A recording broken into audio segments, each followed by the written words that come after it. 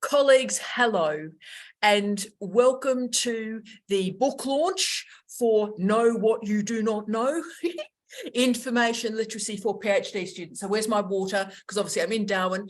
Cheers, team. Cheers, and thank you so much for being here. It means everything to me. This is a special book. This is, as some of you may know, my first day at my new job at CDU. I'm in temporary accommodation. Thank you all very much. I'm hanging in there. I'm in temporary accommodation. I'm in air conditioning because no man is with me at this juncture. I've got the air conditioning to have a room at about 16 degrees Celsius, so we're nice and cool. But can I say thank you for being here? And I will commence with an acknowledgement of country, acknowledging the traditional owners of all the lands on which we meet today, elders past, present and emerging, and any Indigenous colleagues with us today. We are thrilled to see you. We are privileged to have your expertise. And we've got colleagues from all over the world with us. I'll do a couple of shout outs. I think Paul has joined us. We've got colleagues that are joining us deep in the middle of the night from the United Kingdom. We've got colleagues that are joining us from France. So good morning, good afternoon, good evening. And Paul, that alarm worked. I'm absolutely thrilled. And if Alan's in, Alan is the head of the Dr. Leanne McRae fan club. And so, yes, you can have a good look at the glasses she's wearing. Alan, hashtag no pressure. So colleagues, I'm going to introduce you to two remarkable human beings that are going to guide us through what I hope is a productive conversation, but also a delightful, laughing, enjoyable experience to think about probably the most important issue of our time, which is how we transform information into knowledge. But I've got two people to introduce to you. The first is Dr. Debbie Hinley. Debbie. Hello. Oh, am I allowed to say anything about you, Deb? Can I say a few things about you? Is that all right? Yes. Besides having a magnificent haircut, Debbie is one of the most authentic, credible scholars and human beings I've ever met. She's a specialist in sport studies, particularly women in sport, but also has an incredible expertise in heritage management, and particularly understanding war and memory. Deb is a remarkable person, and I have said to so many people, Deb, that the women's AFL would not exist without the foundational research work you did in your PhD. This woman is astounding, a woman of courage and substance. And the second person that's going to guide us through our gig today is Dr. Leanne McRae. Now, Leanne is incredibly famous, and she's famous for many reasons. She's one of the great scholars of harm. She's offering transformative analyses of the political economy. She's exploring post-cultural studies and is doing some incredible work on disability studies and social justice. She also has a sort of side business. Actually, her day job is exploring ethics and research ethics. And the three of us, I just thought, well, let's get the band back together. We've all known each other a long time. It's pretty well 20 to 25 years. And if you look over Debbie's shoulder, you'll see a book on her cabinet, the one that's sort of got a Rickenbacker guitar, Damien. So you've got the fashionable dog, I've got the fashionable guitar. And that was an edited collection that my PhD students wrote when I was a very junior academic at Murdoch University. And it was called Liverpool of the South Seas, and it looked at Perth's popular music. And Debbie organised the launch for that book. So there's something beautiful and meaningful and evocative that, to quote Leanne McRae, we've got the band back together. So I'm thrilled. I love both these women. They have changed my life, and today they probably will change yours. So Deb and Leanne, where would you like to take us on our journey? And colleagues, please, lots of comments in the chat. Let us know where you are. Questions, comments. Let's have a great time. Go for it, Debster. Go for it, Leanne. I found the zombie chapter, self-plagiarism, really, really strong. And there are a number of things to unpack there. Firstly, Tara, are you hoping for some stimulus out of your discussion here? Oh, look, I am. And in many ways, Debster, because information literacy, and that's why, so colleagues, offer any comments and questions you like, because it is a transformative topic. I think information literacy is the most important area or node of evaluation and discussion we can have to enable a productive citizenship. One of the reasons we're in such a bad political place at the moment is that colleagues and citizens are not getting the information that they require to make good decisions. So for me, information literacy must be scaffolding into citizenship. So there's that argument, Deb, but also, as you know, I'm trying to, through your help for me as well, we're moving into audio books, and I'm trying to see, explore sonic media and the role of sound in enabling a different type of learning. So that as well, Debster. Yeah. The thing that really got me was the discussion around self-citation, self-plagiarism.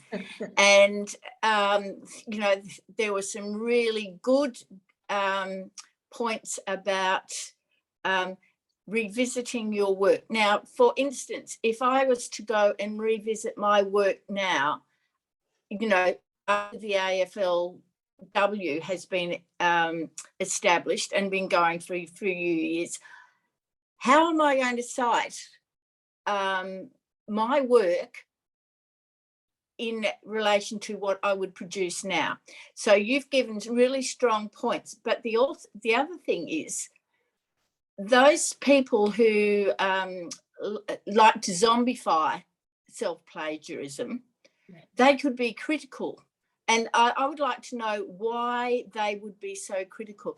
And I've got a feeling that it comes down to the ethical question, and maybe I can throw over to Leanne here, because you said in your chapter that this discussion started in the medical sciences. Well, and it's a bit of not an attack, but it has a go at humanities and social sciences. Well, questions of philosophy and ethics are based in arts. So I actually, so that's maybe Leanne can have a. That's great, and it's well said, Deb. So I'm very happy, colleagues, if we start and we talk about self-plagiarism. I think that's huge. And look, Leanne McRae and I have been laughing and mocking people that self-cite since we've known each other for 25 years. Now, Leanne, I never used to self-cite. Now I do it to scaffold arguments and to perform from the humanities and the social science perspective how ideas emerge organically and with rigor and with clarity. And I'm now actually very comfortable with that scaffolding. But Leanne, have I convinced you, or are you now laughing at me as well? I remember when we discovered Steve was doing it. Remember that? And we thought it was completely bonkers. We're like, why would you do that? And it was also kind of layered within that everybody knew his work and it was so well regarded. We were a bit perplexed by it. And I must confess, I still don't do it. Yeah. And I'm coming though to a place though, for me, it's about confidence. The confidence to self-cite is an interesting thing. And I think that's about also seniority. So the idea that there is a trajectory of a career, a trajectory of an idea enough that you've developed to make that a reference point. But I think it's incredibly important for you to flag that really early for students today, for HDR students, for PhD students, to think about and scaffold how their ideas have developed and deployed over time. And particularly, I think, through the different media, because I think that reinforcement of, if you've deployed an idea through different media sites, different modalities, as you identify here, that also builds that scaffold of diversifying what knowledge actually is. Yeah. And I think that's something that's come through really strongly in what you're doing here, that you're trying to encourage the scaffolding for students, for HDR students, for PhD students, to have a foundation upon which their knowledge is growing. And before, we used to do that in an unspoken, unseen manner. And Yes. what you're doing is you're putting the skeleton out there and you're showing how that works. And I think that's important, because I also wanted to ask you a question about the literacy of the marker. Yeah. And how that this type of scaffold that you're building is really the scholar, the student, building the literacy for the marker. Yeah. And look, that's absolutely right. I mean, I've got thousands of things to say there, Leanne, but absolutely. So in a PhD, if you do publish on the way through, that's a great thing. I know Maeve's already published. We're working on a piece. I see Professor Quentin's in the house. Hi, Jamie. Love you, baby. So Maeve, Jamie and I are working on a piece that's very meta about her supervision that she will cite in her thesis. But Leanne, darling, there is no doubt that students need to scaffold their work. So if they use podcasts or posters, they need to present that for the examiner for many reasons. One is research integrity. So what it does is it confirms for the examiner that, all right, these ideas haven't like landed from Mars. This student has been working and here's an idea and it's transforming iteratively through the candidature. So I think that's a tremendous thing. And I think students should do podcasts of their seminars and publish that and cite it and go through and scaffold the material. So that's the first answer to that. And that helps the examiner be confident that they are examining a student's work. And why that matters is in many of the disciplines, multi-authored papers are assumed to be the standard.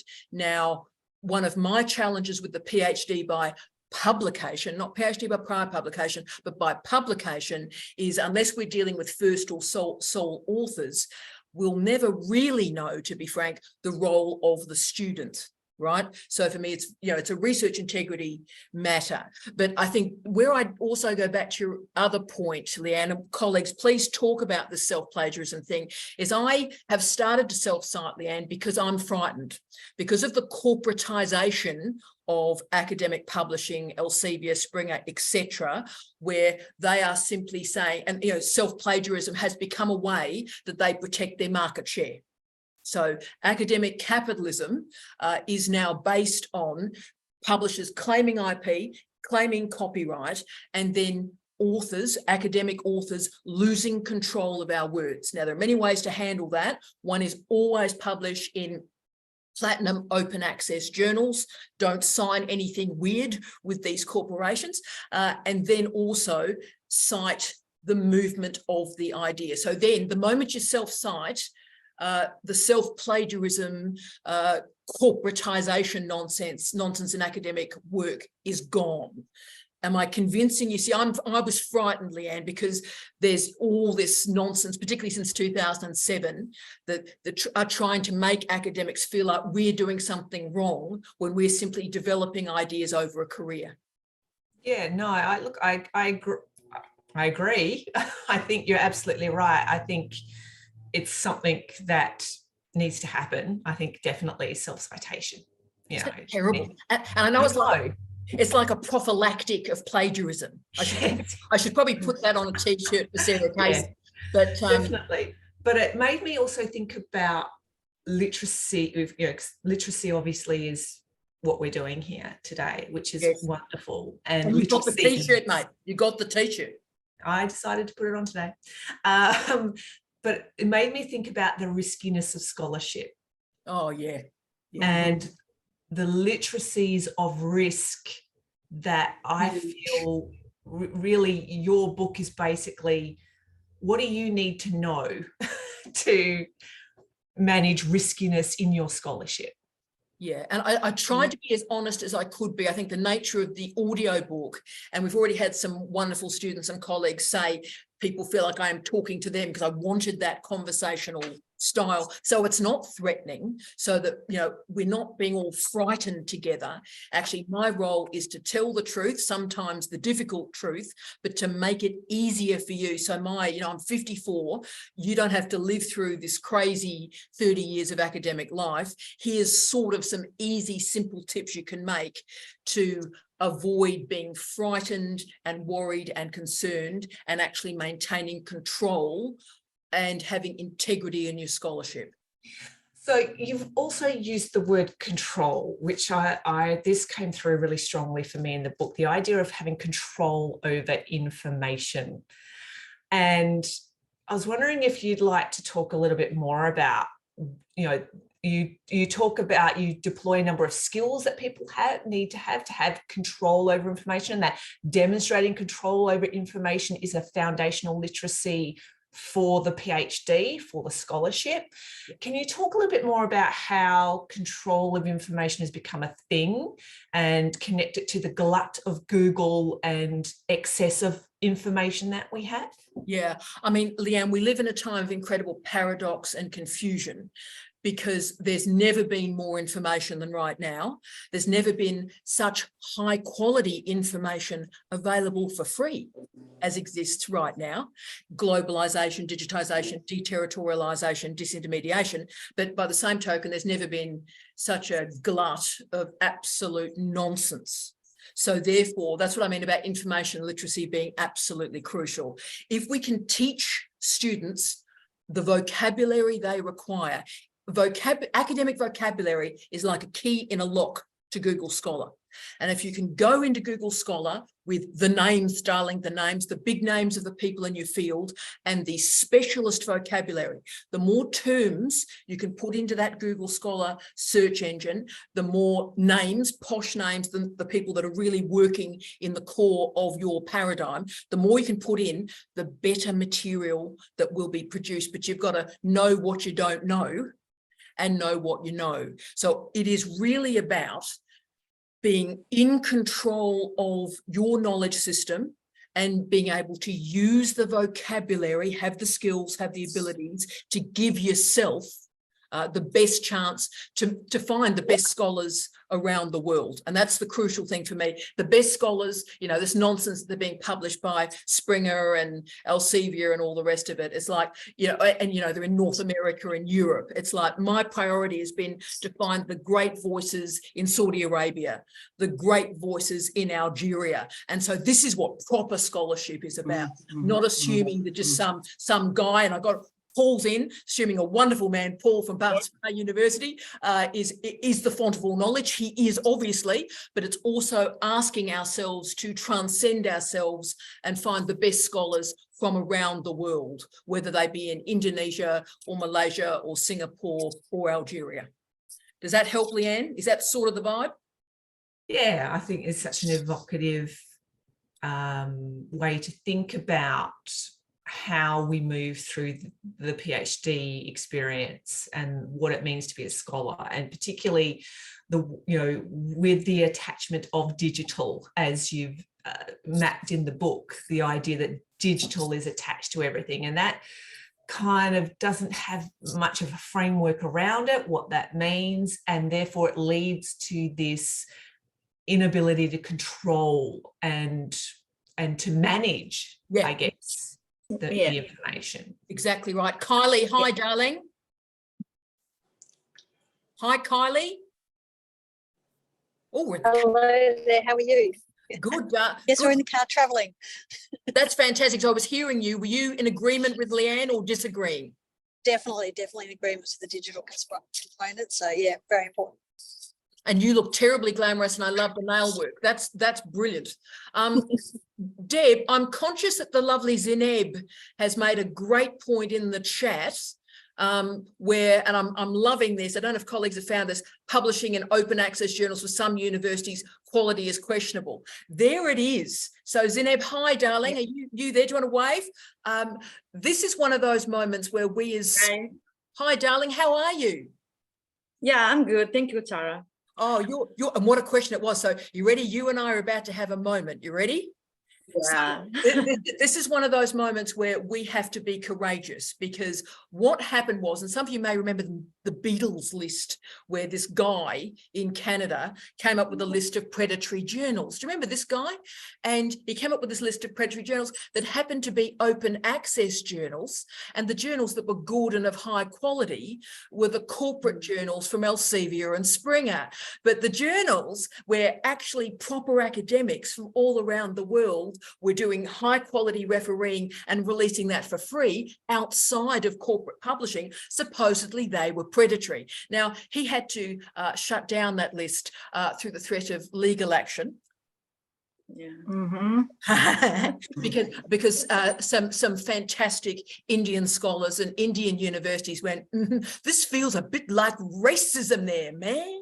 You want to have a go? So the great thing is they shut that down. But the problem is, Zineb, is ever since that happened, and that was about 2005 to 2007, we've had to fight in universities this notion of the tiering of journals and so forth, right? And it just so happens, supposedly, that all the tier one, or most of the tier one, are owned by Springer and Elsevier, you know, two of the most profitable companies, corporations in the world. So for me, that seems a little bit convenient. So for senior scholars like me, and I understand junior colleagues may have to make different decisions for a while, but for senior colleagues like me, you know, I'm close to death, mate. So I am choosing to publish with the high quality international journals, open access, platinum open access journals, and I try and publish in 10 different nations journals each year, from Turkey to Syria, on we go. So I intentionally broaden out Iran, Iraq, so that we can see the high quality journals that exist everywhere. So that's what I find terribly amusing, is that when these universities are going, oh, look, these are the important journals and they happen to be owned by Springer, well, that's just a bit convenient. And if you're trying to critique a particular version of academic capitalism, you've got to put your money where your mouth is, your time where it needs to be, and your papers committing to the great scholars who are working incredibly well. Zineb, you're a wonderful human being. You mightn't be able to do that because you've got your whole life in front of you. But in about 10 years' time, I hope that old people like me have done enough hard work so that it's easier for you and you can publish in these platinum open access, and you don't have to kick the tin, you don't have to pay for anything, and you're not sort of having to put up with bad legal behavior from European or North American publishers. Yeah. Is that a goer? And I think Maeve, Yeah. oh, you're wonderful. What a great wquestion that was. Maeve, darling, were you going to pop in there, darling? I was. I just wanted to say that when I have had some other supervisors in different disciplinary silos, they have absolutely canned the open access journal publishing. And I think it's really rigid, it's really hierarchical, and it's really just like capitalism, but in institutions. And xenophobic. And xenophobic as well. It's insular. And I see, so well said, Maeve. I see Damien's coming in. Leanne and Deb, how much are you loving Damien? So Damien, do you want to talk to us from your glamour couch about non-traditional publications? So nitros, non-traditional research objects. Go for it, mate. Certainly. And look, I was very strategic in my first 2 years of my thesis. I needed a scholarship so I could finish. And so I was like, right, I've got to get stuff out there. And one of the things, I worked in comms and journalism for a long time, so I just churned out some conversation articles, got me a scholarship. And at MCR they were like, oh, that's a great sugar hit, but they're so frivolous, they're such a waste of time. I was sitting there like, well, got me a scholarship. But it was really frowned upon, like that radio interviews, podcasts. I've been doing all this non-traditional stuff and they were just writing it off as a waste of time, which I found quite frustrating. Yes. So firstly, don't worry, they'll be first against the wall when the revolution comes, Damien. So don't worry. Also, can I say there was a chapter I wrote in this book, and of course, audiobook, on the Kardashian index, right? Where these posh people, these posh scientists will go, no, Twitter. So, and Damien, of course, the thing about Deb, Leanne and I is we work in popular culture, okay? Popular culture is our, but you do too, that's fantastic. So, sport, Right, hang on.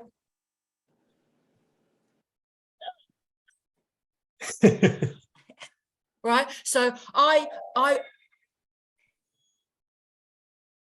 right, so Star Wars, Star Trek, pick every bit of tacky popular culture you can think of, and I've written on it. From Lady Gaga to Pet Shop Boys on, right? So, oh, that's nice, Leanne. You can see we've known each other too long. So, Damien, this is reinforcing sweetness and light. This is the stuff from the 19th century Matthew Arnold, right? This is Matthew Arnold stuff that's continuing. And that was written, what, 1869?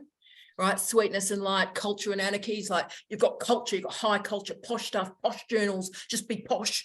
And then there's anarchy. You know, if you do podcasts and write journalism, that's anarchy. Well, the world is changing, Damien. I'll tell you what, the research policies are changing, brother, because we're starting to use words, and I've got challenges with these words too, but research impact, research engagement, and dissemination is being taken seriously. So if you believe in dissemination, then the podcasts, the videos, the journalism is cutting up your research in new ways for new audiences. So if somebody has a problem with that, they're going, oh, that's a bit trivial, or as you've said, Leanne, we're going to use that, it's a sugar hit. It's a Damien, that's terrible, isn't it? Well, Tara, if you think about sport, okay, sport probably, and say football, globalized before globalization, really, the spread of football. You cannot study football and research football and publish about football or sport without going to sources like you know, Twitter and Facebook and all of these things. You've got to reference those. So, and you've got a conversation. I mean, there was a great piece put out last year when there was the AFL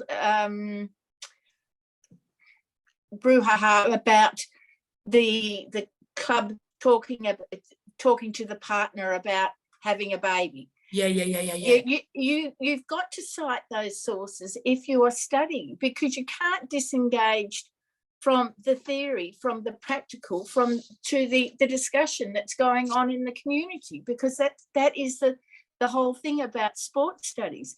And sports studies just doesn't sit in popular culture. It goes into leisure studies, movement studies, art. These days, medical studies, you know, the brain and all the rest of it. That's right. So you can't ignore one aspect, but as you say, you've got to manage your sources that you're using when you're referencing. So well said, Deb. And of course, Deb and Damien, it's about quality information. And remember, quality information is not only of refereed, it's also, if you're working on Essendon Football Club, YouTube has just about every game from Essendon Football Club. So that is your archive. That's your primary sources. So pretending that YouTube and video and sport, that these are not relevant topics and areas, it's about quality information appropriate for the project. And the moment, as Damien said, that we're configuring this cultural hierarchy, which is a bourgeoisification, if you will, of academic life, it's like we don't want those people in our universities, right? And they've done everything they can to get rid of us, but you know what, Damien? We're still here, brother. We're still here. We're clinging on, and we talk about things in university and in life that don't matter 1% as much as popular culture does, right? So the idea that the people that are looking at the culture of the majority and all the problems with populism and Donald Trump and all the rest of it, we're the people looking at that issue, that problematic, and we're the problem because we're the sugar hit. My goodness me, Damien, my goodness me. Leanne, are you ready to kill somebody? Yeah, look, I also wanted maybe this kind of, if you'd like to talk a little bit more about, you did present some tips in the book around this, but maybe we can flesh it out a little bit more. Let's do it, mate. About this idea of considering the PhD as a document itself still exists within the hierarchy of literacy, the written document, the written text. How do we integrate the we have particular modes of delivery. You have the multimodal or the creative-led or the practice-led PhD now.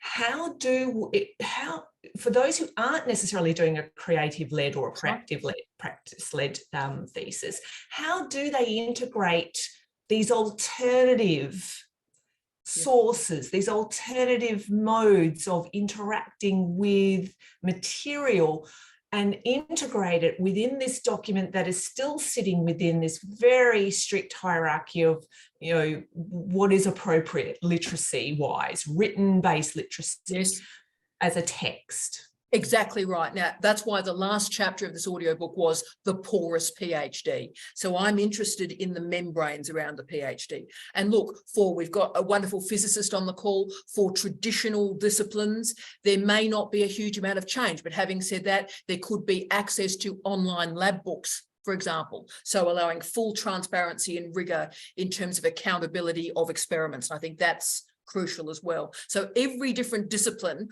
will have different opportunities to open the written text up to digital pathways and options. And again, that's great for the examiner because we can check immediately. So if we're doubting something, then I can go to an online lab book and see that experiment and see what happened in situ. Similarly, with Maeve's work, once a week, we do a podcast.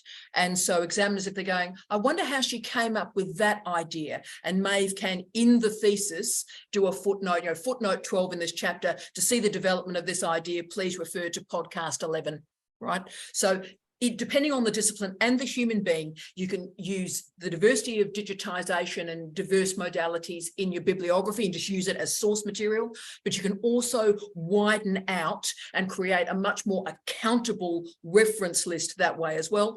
But also, if you really want to stretch it and render the thesis much more porous, you can take photographs, use photographs, beautiful high quality photographs now. We can do digital photo stories, which are just beautiful in the thesis itself.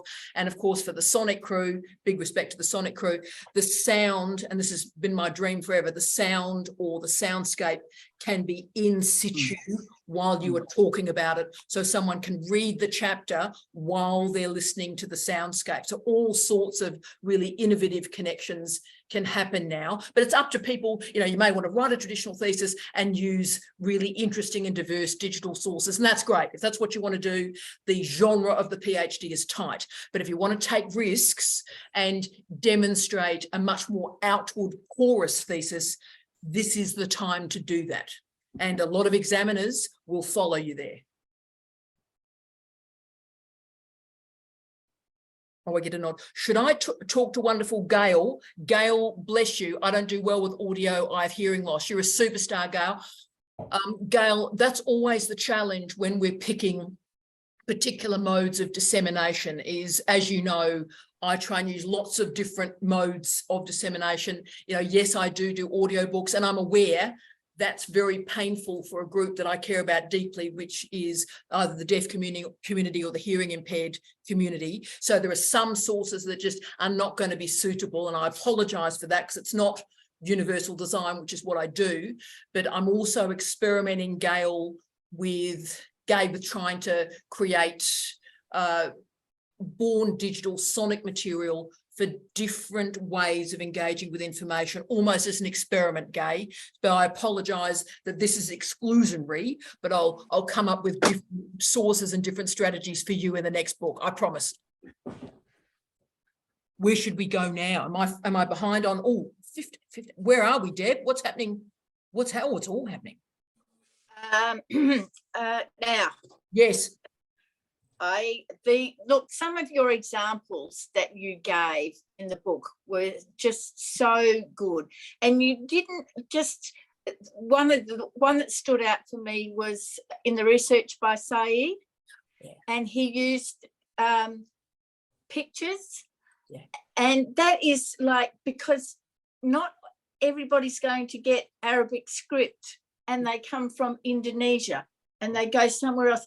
I thought that was just one of the strongest examples that you gave, and that just exemplified everything. But also the other practical things were with the note taking, not just saying don't cut and paste, but actually giving everyone, okay, you've got your iPad there, you've got your keyboard there, so you're reading and you're writing, and you're not tempted to cut and paste. Keeping those devices, I mean, this is, it sounds sort of, yes, it would be self-explanatory, but sometimes when you're so deep in your study that the obvious doesn't always occur to you. So I actually thought that practical advice was really strong, but I loved all your examples that you gave, and you gave them across cross disciplines. Yeah. And that to me was, I mean, if you look at the whole book, it was a template on how to write, basically. I mean, it was about information literacies, but it was also about how to write. Okay, why do we read this? How do we write? We have a topic sentence, we have definitions. Some of your definitions were brilliant, by the way, and you just didn't give the words, you gave the context as well, and then the discussion and examples. It flowed through the whole book, which was great. You're very kind to me, Deb, but I'm also very conscious for our students, like wonderful Zineb, the pressure is on you to do everything quickly, right? Yeah. And Damien, it's probably the same for you too, mate. I know we put a lot of pressure on Maeve. Mary's just finished her COC as well. And so we're after speed, and everything, accelerated modernity, Paul Virilio, here we go. So cutting and pasting seems shrewd and strategic and the right thing to do because it's faster. But the point actually about information literacy is that it slows your clock, because what you've got to do is don't allow the speed of the technological platform to rush your information literacy capacity. You need the time for reflection. So one way to put that time in is to have what I call platform management or interface management, and really work the different platforms to create the spaces so that you can, put that information literacy, activate that information literacy, and using Leanne's line, control the information rather than you being controlled by it. Yes. And Deb, I better just give that wonderful, because Sayed's not on the call, but he will love you for saying that. Sayed Al-Muldi was one of my great students at the University of Brighton, went on to do a PhD at Salford and has now returned to Saudi Arabia as a wonderful, wonderful professor. He's absolutely legendary, specialist in city imaging. And I taught Sayed media literacy at Brighton, and his major thesis was on Maca and looking at how we can create a series of visual signifiers rather than linguistic signifiers to allow people to come, when they're coming for the pilgrimage, multiple nations, multiple languages, and how do we protect these incredibly precious and sacred sites while also respecting people's diversity. And using visuality was the way to do it. And the government implemented his strategies, Deb. So it's a great city imaging success stories from a master's thesis. Oh, that's wonderful. I think it also raises a really kind of interesting functional skills-based question as well, Tara, that I think is important to address. And that is, do referencing systems keep up with how to reference these highly mobile multimodal resources? Yeah, that's the nightmare, Leanne. And part of when I wrote that chapter on the politics of citation, which I'm probably going to make a much bigger project, and part of it is also about respecting our trans colleagues as well. That's part of it, as we've got all sorts of movements in authorship, as we've got movements between platforms, how do we keep up? And the problem is the referencing style guides have not kept up. So for the more, and I've just recorded Outrider this morning, for the more Outrider references, we're having to really sort of make it up as we go along, right? And come up with sort of, do-it-yourself strategy. So Bunnings 101, come up with do-it-yourself strategies to make sure that, because the point of referencing, Leanne, yes, there's got to be models for it, but the point of referencing is that a human being can read your work and check you. So they need to be able to find what you've found. So firstly, as long as the reference does that, then it's doing what references are meant to do.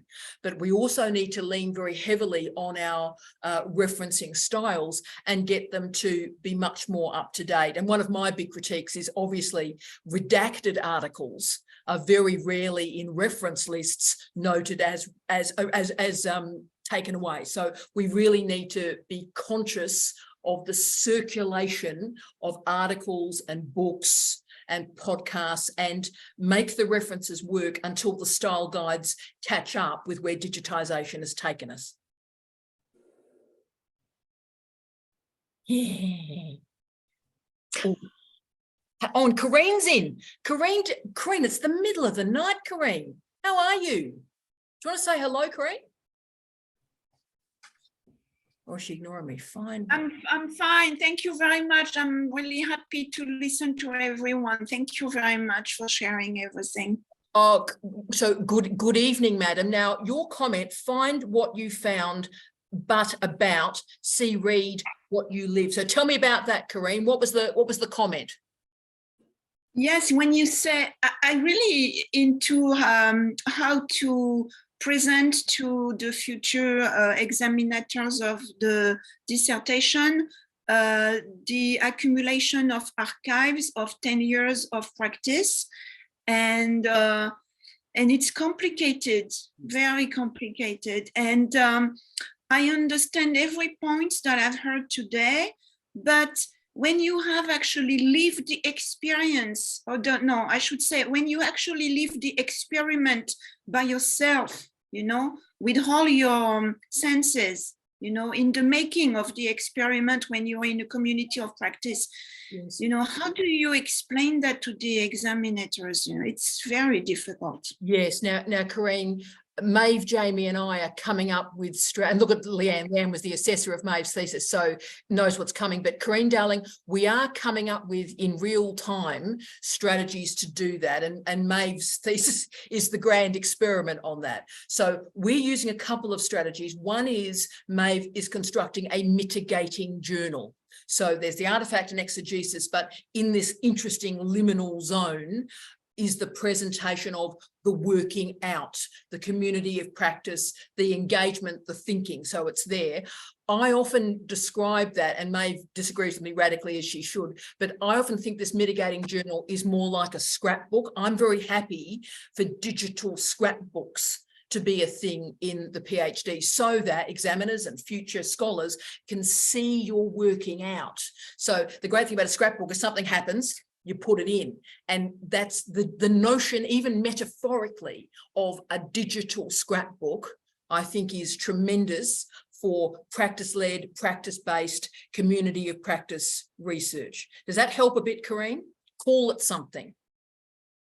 Yes, absolutely. But if it's the archives from before, you know, in the past, yes. Like I have some, yes, I'm actually citing this book, but like screenshots, you know, I'm not going to ask the examinators to go through my screenshots for, you know, it's too, so I have to resume this, do a summary of my screenshots somewhere, you know, so I'm just, you know, at the moment. Corrine, I don't know if this helps you, and then we'll go to May, but Corrine, I don't know if this helps you, but as an examiner, I very much like a student leaving it with me like a choose your own adventure. And by that, I mean is students really shouldn't tell examiners our pathway through your prose. So, Corrine, if you present those screenshots in a mitigating journal or a scrapbook, doesn't mean the examiner will read them, but you've been open, accountable, and transparent. So if they want to go there,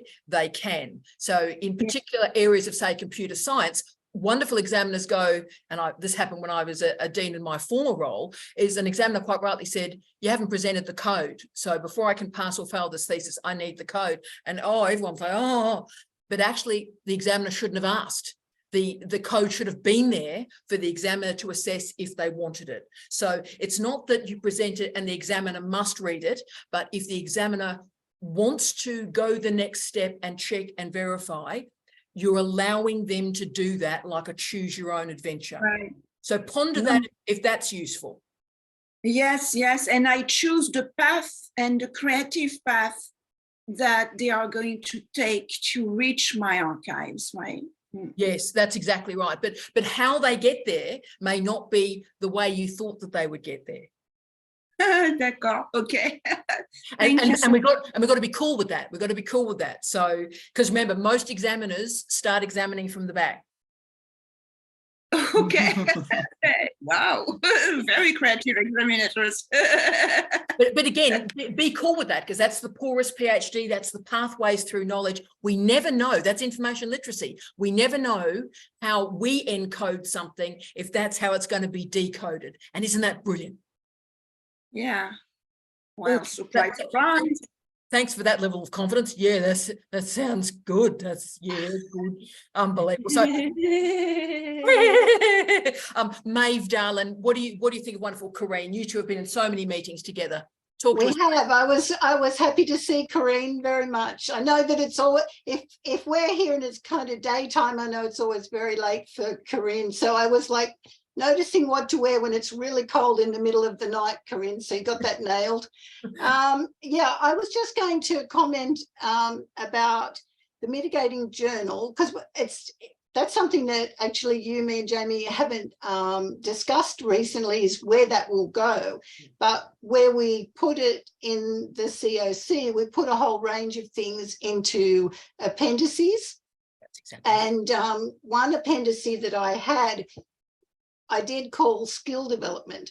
And that's where I put in this moment where we're all here on the Zoom call. I'm learning, I'm talking, I'm participating in the chat, I'm listening to Leanne and Deborah, Tara, Jamie. So it's so much going on, but actually this is like key stuff. You know, this is not something you want to leave out of your PhD.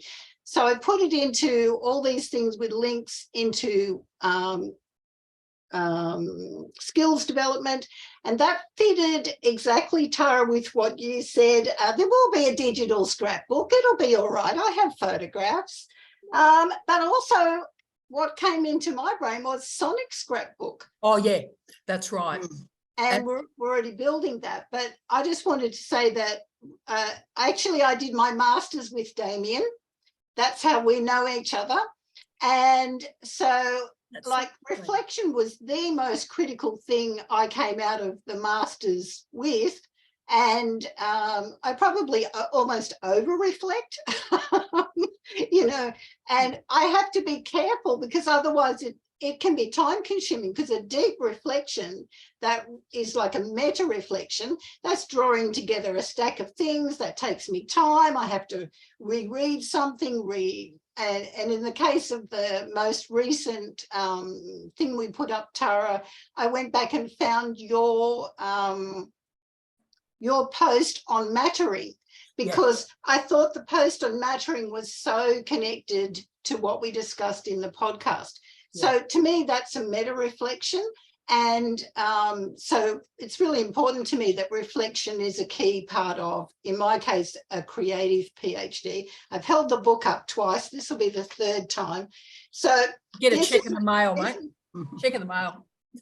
You don't have to be embarrassed, but thank you to all the people who've been participating in the chat, and apologies to Debbie and Leanne. I didn't know who was doing the chat, and I thought, oh, okay, don't think they're doing the chat, I'll do the chat. So I probably overstepped my boundaries. No, that's why Maeve in our lives. That's Maeve, you never overstep your boundaries. You are legendary. Deb and Leanne, can I quickly, and of course, I don't know if Jamie can speak or he's in a particular office, so I don't know if he's going to do a comment, but Jamie, darling, your point about supplementary information, I actually came up with the porous PhD having remembered the analog science-based supplementary files, and it came from computing, obviously physics and IT as well. Jamie, I don't know, can you demute, or you're in an environment where you're hiding?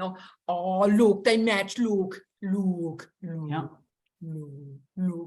Darlin, so they were conjoined twins, we separated them. Darlin, one, do you want to talk about, because obviously you did your PhD later than me because you're so much younger than me, I'm actually not joking, but do you want to talk about the supplementary information, because that was an analog version of the porous PhD now digitally? Yep.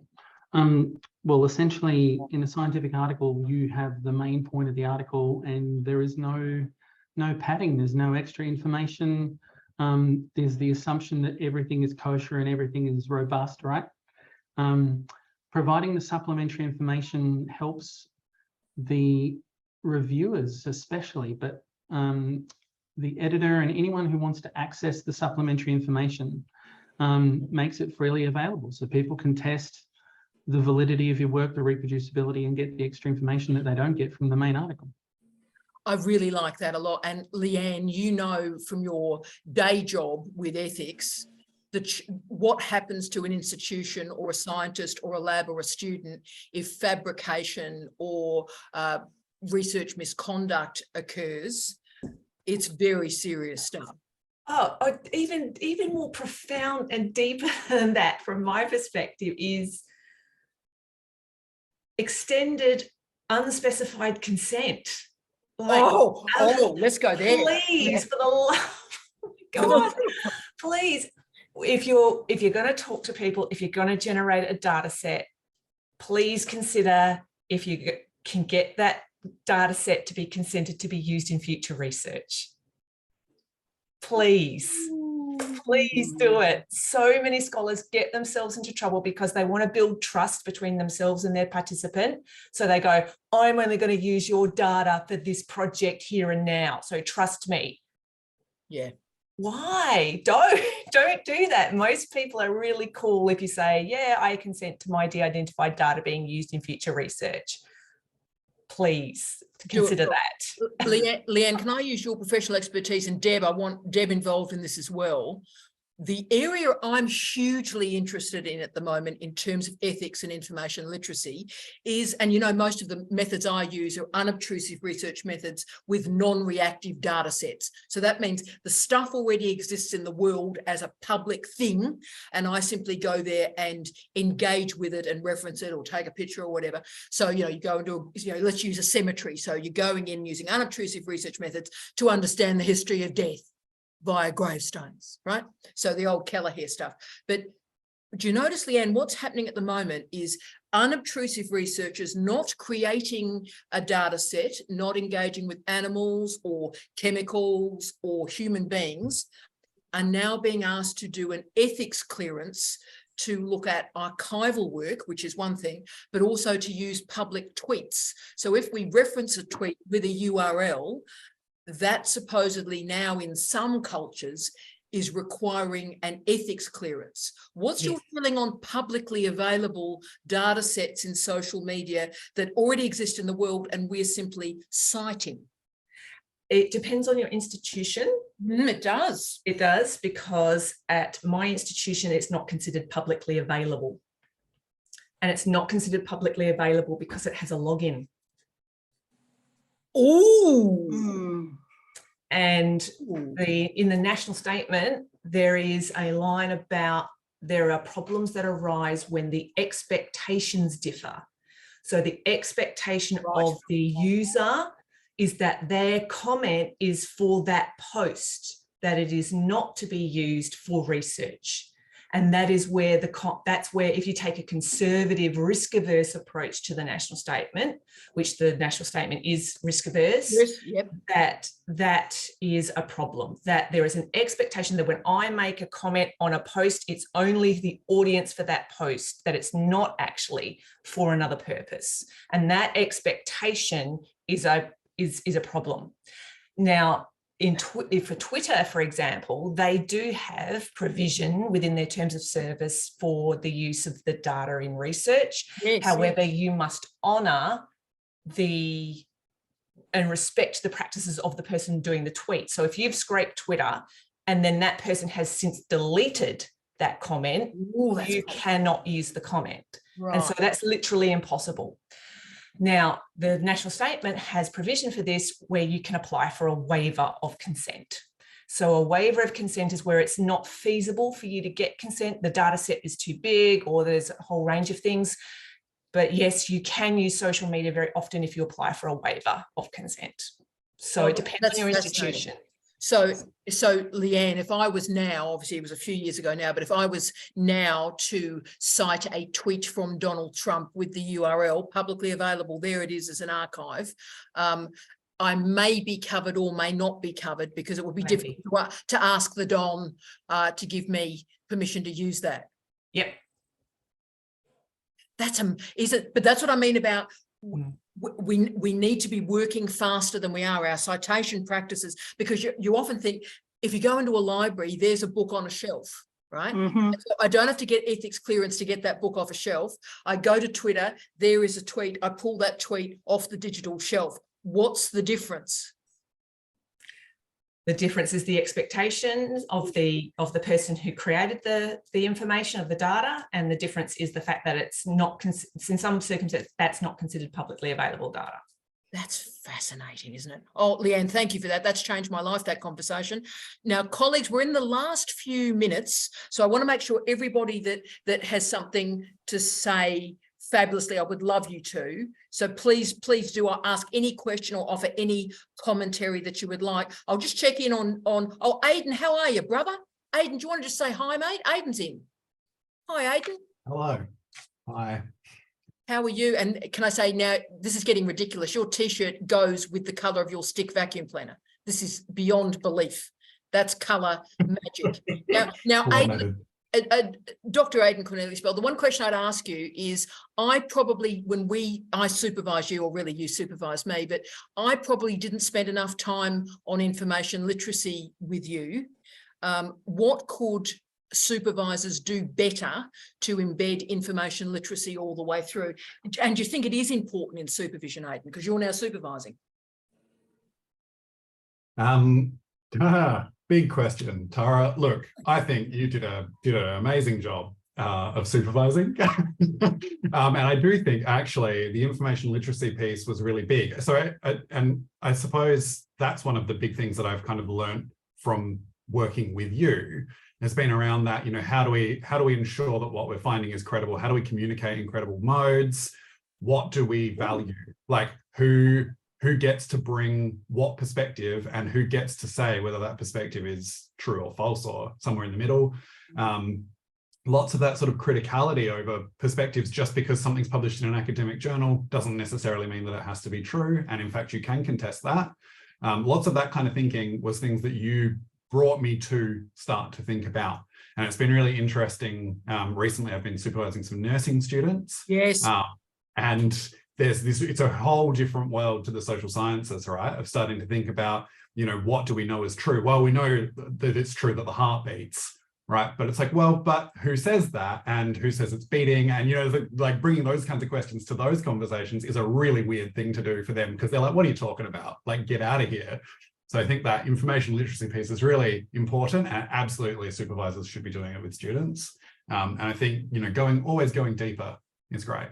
Yeah, no, I think that's powerful. And I'm much more overt now, Aidan. I mean, as I said, the best students end up supervising you, and I've had the best students and they've supervised me. They've got Nana doing well. But Aidan, I'm going to, post supervising you, be much more overt. So I'll be saying things to Maeve like, we're now doing an information literacy moment, Maeve. Right. So actually, signpost it and label what it is. I think that might make a difference. Absolutely. Oh, fantastic. And look, can I quickly go to Doug, Deb and Leanne? Doug, do you want to just say hello, because you've been involved in this book and been with me the whole way through. And of course, you're about to start your PhD, Doug. So do you want to offer any comments or just say hi to everybody? No, hi. And yeah, I'll probably be on board a bit more in the new year. Hopefully, if when I finish my honours again. That's fantastic, Doug. But Doug, you've obviously engaged with the book very deeply, and you've sent me amazing emails. But what can information literacy give to a student just moving into a PhD, do you think, mate? I guess the scaffolding that you often come back to, like setting the picture, setting the groundwork to where students should sort of step off from and take their first step into the whole process. It would be actually quite good for undergraduate students as well. Really good. So it's not limited to PhD students or higher degree students? Very good, Doug. So it's that avertness. You've been very clear with me on that, that being avert helps all sorts of people from all sorts of backgrounds to be clear and move forward in a really honest and robust and caring way. I think that's amazing, Doug. Fantastic. Thanks, brother. And thank you for being here. You change my life every day, Doug. You do. Amazing. Can I ask maybe I mean, I don't know if we're getting towards the end of our time here. I'll ask maybe a final question, unless Deb wants to jump in with more things. So when I was reading this book, I was thinking that this really is an accumulation of your entire working career, really, because the advice in there about, the 3 to 1, which I think you probably created for me. I did. Yes, I did. Created that for me. Leanne, it was 4 to 1. Yes. It was 4 to 1. Yes, Leanne has all these moments in all my books. There's always a Leanne McRae sort of little breadcrumb trail going, Leanne, this is your moment. So Leanne had a tendency to overquote like no other human being I've ever seen, because she read so widely and she was so enthusiastic about the reading. Finding Leanne through the reading was always challenging. And so I gave Leanne a rule, I think it was 4 to 1 too, where I said, now Leanne, I know you love your quotes, love, and that's great. That's great. But for every sentence of quotation, I need 3 or 4 from you. And Leanne, you hated me. You hated me for about 18 months. We were no. Anyway, so yeah, that was the bit that was for you, Leanne. There always is a bit. Yeah. So Ty's entire teaching career has been built around managing my, neuroses. That's not true, but it's very. So I wanted to talk to you about how this really is an accumulation of all of those tips and those tricks, and how and watching it evolve over time as well has been really instructional and really instrumental into thinking about how scholarship has changed over time. And I've noticed also, and this is kind of a little bit bigger than the conversation about this book in particular, but in the podcast and the vodcast that you've been doing, we really have noticed this shift towards different types of literacies that students now need that they may not have, maybe they did used to need, but we just never addressed it. So you've been doing stuff around motivation and procrastination and these kinds of internal conflicts and imposter syndrome and all of those things that the person has when navigating how you can center yourself to action the literacy that you need to move into an academic space. And do you see that there's a big connection here between those bigger ideas and the skills that you're deploying here in this book to get students and scholars where they need to go? Yeah, look, I do, Leanne. And because I'm an old goth, I probably would have, and I know I used to say this to Steve very early on when we were creating the first video series, that I used to describe what I called the softer videos, so the ones on motivation and time management and stuff. And between us, we used to call those the hippie sessions, right? All right, so I've done another hippie session, and Steve went, oh no, here we go, because it was seen to be softer skills, right? So whereas we want to do stuff on hard theory, and of course you need to do that too. You need to push people and test people to their very edges. But I then realized, because we are in late capitalism, let's hope we are, but we're certainly in the interregnum, that it is going to be very, very difficult for our students to be in work and stay in work, and that's inside or outside a university. This is and I'll get quite emotional, this is the most ruthlessness that I've seen in social structures, economic structures, the Twitter pylons, the rudeness, the disrespect. And so what I think has happened, Leanne, and I've never thought about it this way, and I thank you for that question, is probably, as I've been doing these videos over the last 7 years now, and as I said, I did Outrider the first this morning before this gig, is I thought I've got to use everything I've got, Leanne. I've worked in, this is my 10th job in 10 universities in 4 countries, and I've worked in 5 of the states and territories in Australia, right? So it's been hard yakka, it's been tough. really, really tough. I haven't been at the University of Toronto in a tenured job for the last 30 years like Jordan Peterson, and he then decides to relinquish tenure. That has not been my experience, and that is not the experience of our students, whether they're 22 or 76. So, Leanne, what I've probably tried to do is keep the skills and the ability levels there. So make sure that that skill set is available. Make sure the high theory is also there. So the really good, interesting, complicated work. But also I think there's a bit of brutalizing honesty. Probably 1 in 3 or 1 in 4 of the videos have been me looking at the camera and going, I know you are suffering. And here are some strategies. I understand that you're suffering. I acknowledge everything you're going through. And here are 4 or 5 things to try to get yourself out of this brutalizing moment. So it's the context around the economic and social structure so that people can be their best selves. Because if they're being bullied, if they're being sexually assaulted, sexually harassed, if they're under huge mental and emotional duress, then they're not their best researcher self. So we've got to address, and we can't pretend that our university system is healthy and well and socially just and inclusive and buoyant. These are bad times, and so I try and be as honest and as clear with students so we both share those bad times. I'm not, at a posh university in a posh tenure job. It's been suffering for 30 years, so I acknowledge the suffering of others and I try and loan my experience to make it easier for the people who follow, because those of us that are Generation X, we failed. We failed. We might be able to get a few more years out of this system. I just don't know, Leanne. But what I can do is help people to come up with quick strategies so it doesn't happen to them. All you can do. All you can do is Maeve in. Queen Maeve. Maeve's in 3 seconds. I think that is absolutely an incredible quality about who you are, that Tara, that your honesty and rawness changes, that's what I wrote down there, changes life for students with disadvantage. Yeah. Because they know immediately that you've suffered. So they're no longer an outsider. They're immediately included, inclusive, an insider. Yeah. Because you make them so. You're wonderful for saying that, Maeve, but I think the nature of being a higher degree student at the moment is all higher degree students are not in a good place. Some of you know, I've often told this story, but the first week I was the dean at Flinders, I was in a meeting, and actually Steve was in this meeting as well, and PhD students were referred to by these senior leaders as slaves. And then making that situation even worse, then people laughed.